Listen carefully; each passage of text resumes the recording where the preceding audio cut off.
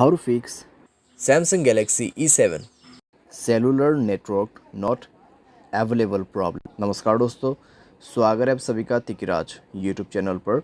तो दोस्तों, आज के इस वीडियो पर मैं आपको बताऊंगा कि कैसे आप जो है cellular network not available problem कैसे फिक्स कर सकते हैं। तो यहाँ पे दोस्तों सेलुलर नेटवर्क यानी आपका मोबाइल नेटवर्क, ठीक है।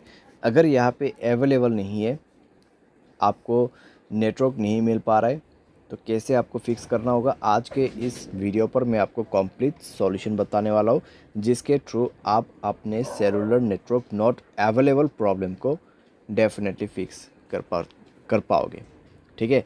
वीडियो शुरू करने से पहले दोस्तों, अगर आपने चैनल को सब्सक्राइब नहीं किया है तो सब्सक्राइब करते हुए बेल आइकन को क्लिक करें। अगर आप ऑनलाइन पैसा कमाना चाहते हैं तो वीडियो डिस्क्रिप्शन पर लिंक मिल जाएगा। किसी भी प्रॉब्लम के रिगार्डिंग पर आप हमें ट्विटर पर फॉलो करके मैसेज कर सकते हैं। चलिए दोस्तों, आज के इस वीडियो को शुरू करते हैं। सबसे पहले दोस्तों, आपको यहाँ पे करना क्या है, अगर आपका सेलुलर नेटवर्क अवेलेबल नहीं है तो आप दोस्तों अपने सिम कार्ड को इजेक्ट कर दीजिए। यानी कि सिम कार्ड को मोबाइल से बाहर पे निकालना है, मोबाइल को रिस्टार्ट करना है, उसके बाद सिम कार्ड को अंदर पे भर देना है, इंसर्ट करना है, ठीक है।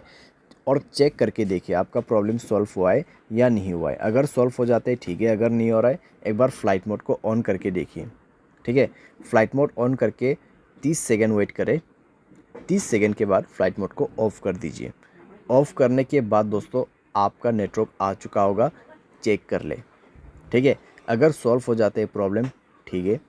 अगर आपको अभी भी प्रॉब्लम आ रहा है तो कनेक्शंस पे जाए, मोबाइल नेटवर्क्स को ओपन करें और दोस्तों नेटवर्क मोड को स्विच करके देखिए, ठीक है, 4G 3G 2G के बीच में। या फिर आप नेटवर्क ऑपरेटर में जाके नेटवर्क को मैनुअली या तो फिर ऑटोमेटिकली इस बटन को ऑन ऑफ करके यूज़ कर सकते हैं। अगर आप इसको ऑफ़ करते हैं तो मैनुअल नेटवर्क आपको दिख जाएगा, आपके एरिया में कौन सा नेटवर्क अवेलेबल है, जियो का या फिर एयरटेल का, वो आप उसको यूज़ कर सकते हैं। अगर आपका एयरटेल सिम है तो एयरटेल नेटवर्क ही यूज़ करें, उसमें रजिस्टर कीजिए। अगर जियो है तो जियो में रजिस्टर कीजिए। जियो सिम है एयरटेल पे रजिस्टर नहीं हो सकते, एयरटेल सिम जियो पे रजिस्टर नहीं हो सकते, ठीक है। तो ये चीज़ आपको ध्यान पे रखना है।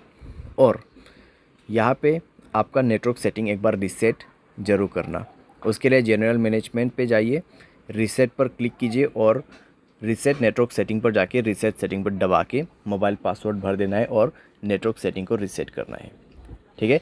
तो इस तरीके से दोस्तों आपका cellular network not available problem fix हो जाएगा, ठीक है। तो इस तरीके से आपको फिक्स करना है।